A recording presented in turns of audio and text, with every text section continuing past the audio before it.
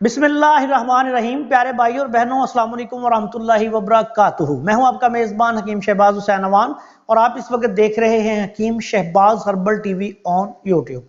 आज की इस मुख्तसर सी वीडियो में आपकी खिदमत में यूरिक एसिड के लिए इंतहाई मुजर्रब और लाजवाब नुस्खा बयान करने जा रहा हूँ।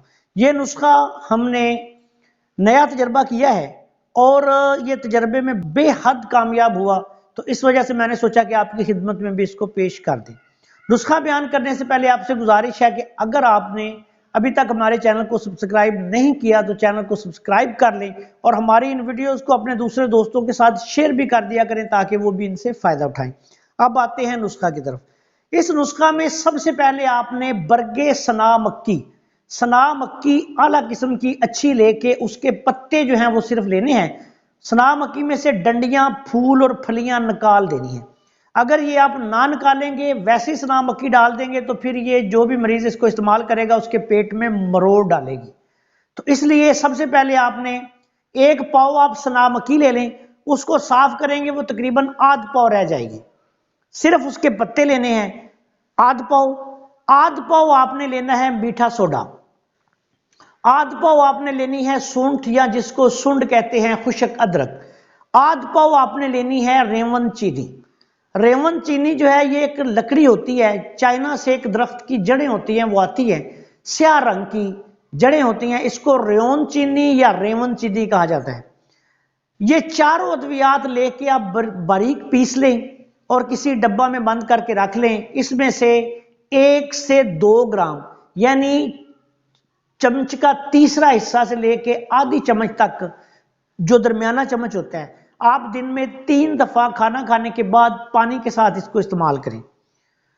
अगर आप इसको नीम गर्म पानी के साथ इस्तेमाल करें तो ज्यादा बेहतर है। खाना खाने के फौरन बाद आधा घंटे तक आप इसको इस्तेमाल कर लें।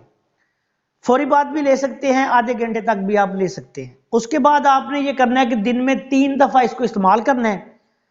इसके साथ मरीज को पेशाब भी खुल के आएगा और पखाना भी खुल के आएगा, कब्ज वगैरह का खात्मा हो जाएगा। यूरिक एसिड दिन ब दिन जो है वो बॉडी से खारिज होता जाएगा।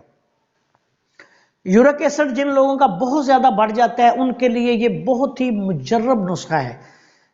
तमाम जिस्म को तमाम गंदे मादों से पाक करने के लिए, बॉडी को साफ करने के लिए इंतहाई मुजर्रब नुस्खा है। अगर किसी मरीज को जो कमजोर हो, इसके इस्तेमाल से मोशन लग जाए तो ऐसा करें कि इसकी मकदार कम कर दें और छिलका इसबगोल जो है वो 1 चम्मच दिन में 1-2 दफा पानी में या दूध में घोल के मरीज को पिला दें। इंशाल्लाह ताला उसके जो मोशन है वो ठीक हो जाएंगे।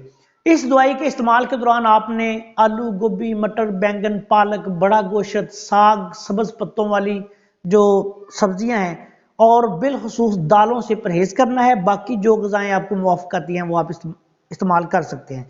इस नुस्खा को ज़रूरत के मुताबिक आप 15 दिन से लेके 1 माह, 1.5 माह, 2 माह तक भी इस्तेमाल कर सकते हैं। मिकदार खुराक जो है वो अतिबा कराम तो ये समझते हैं कि सना मक्की जो है मुलय्यन होती है, थोड़ी ज़्यादा मकदार में इस्तेमाल हो जाए तो इससे मोशन आने लगते हैं। लेकिन जो मरीज हैं वो पहले ही इसको इस्तेमाल इतनी मकदार में करें कि जिससे उनको सिर्फ कब्ज कुशाई होती रहे, बहुत ज़्यादा मोशन ना आए। तो इंशाल्लाह ताला आप देखेंगे इसकी मकदार आप जब सेट कर लेंगे तो इसके इस्तेमाल से यूरिक एसिड का खात्मा हो जाएगा, मैदा, जिगर, अंतरियों की इस्लाह हो जाएगी, जिस्म फासिद मादों से पाक साफ हो जाएगा। आखिर में इस दुआ के साथ आपसे इजाज़त चाहता हूँ कि अल्लाह ताला हम सबका हामी नासर हो। अस्सलाम वालेकुम वरहमतुल्लाहि वबरकातुहू।